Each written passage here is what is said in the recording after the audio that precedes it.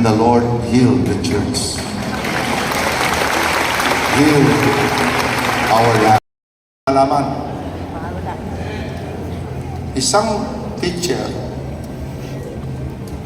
kasusweldo lang niya. May motorsiklo yan, napadaan sa sabungan. Ang ingay-ingay pala na sabungan, napansin nyo? Kaya pala maraming mga tao doon, mga lalaki doon, may ingay. Kasi nabigla ako eh. Nandito yung Eternal Garden kung saan kami mag-funeral service. Abay, dahil nauna ang pari, susunod na ako, biglang dumadabundong ang lugar. Sabi ko, ano yun? Ay, may sabong po, Bishop, sabi niya. Ganun ba kasaya ang sabong? Ganyan ba kaingay ang sabong? Ay, opo, mas maingay pa dyan pagka-derby. Kaya pala marami mga kalalakihan na gusto nila pumasok sa sabong. Sa church, nagsasabong mag-asawa at saka mga miyembro eh. Pero iyakan, nagbabatuan, talagang nagpapatayan, no? Pero ibang klase, may pagkakaisa doon. So, napadaan lang, bagong sweldo. Lumagpas na actually eh. Na-curious siya. Bumalik siya. Pinarada kanya motorsiklo, pumasok. Paglabas niya, hindi na siya ganun kasaya.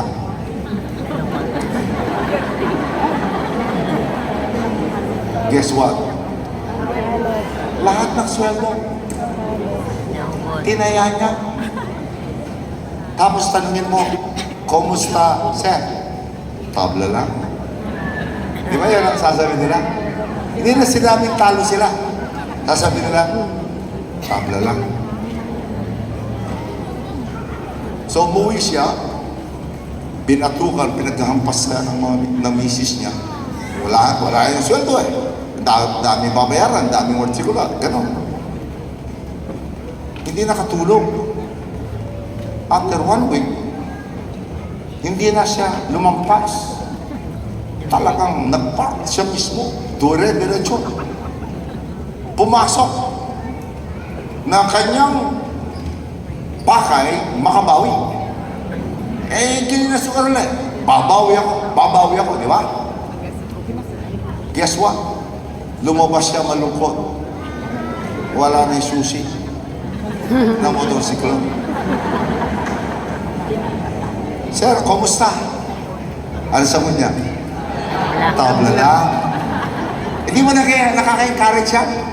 He lost his salary, now his motorcycle. Tabla pa rin. Nakaka-inspire yun. After 1 month, nakalkal niya yung titulo ng bahay. Naglakad siya, sumakay ng tricycle, pumunta doon. Paglabas niya, malungkot. Kumusta, sir?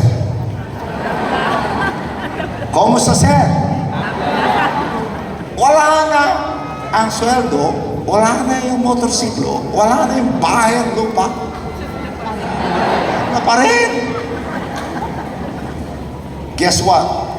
Wala na rin ang misis niya, wala na rin ang kanyang mga anak, pero hindi pa rin siya tumigil para baka daw makabawi. Kumusta, sir?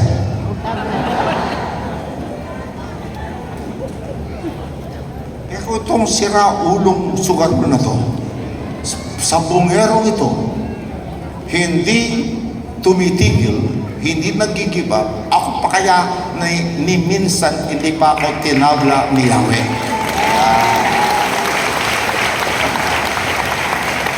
I will be 67 years old. Hindi pa ako tinabla ni Yahweh. As a matter of fact, nung gumaya ako sa Kanya, nabaliw ako ng gusto, hindi ko maisip sa aking pag-iisip kung bakit ako pinagpala ni Yahweh. Pinagpala ako ng ubod ng gandang misis. Pinagpala ako ng mga matatalino at mababait na anak. Pinagpala ako ng magkakapatid ang bukong lalaki.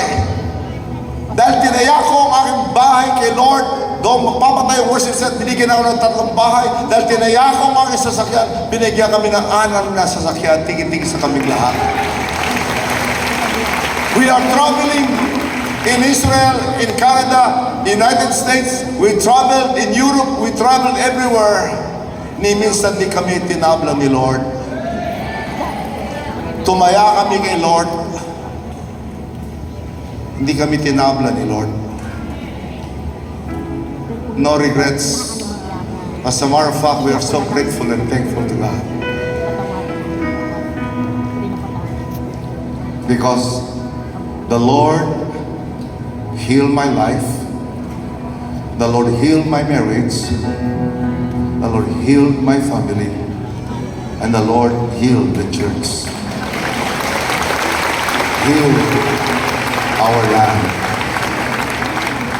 When the smallest unit in our society is healed, the smallest, the first person, the last person in the member family is restored, and the church is restored, automatic na po ang municipality, ang probinsya, ang region, and the whole Philippines.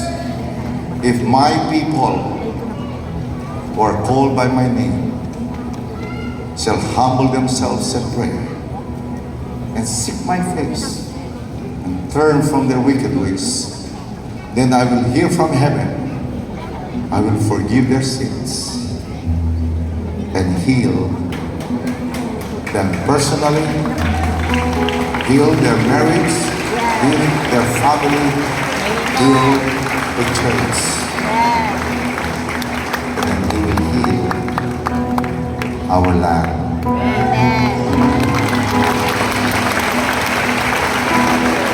All of you, today, May, gusto nyo tumaya kay Lord, I want to stand where you are. Huwag na kayo tumaya kanino man, kay Lord na lang.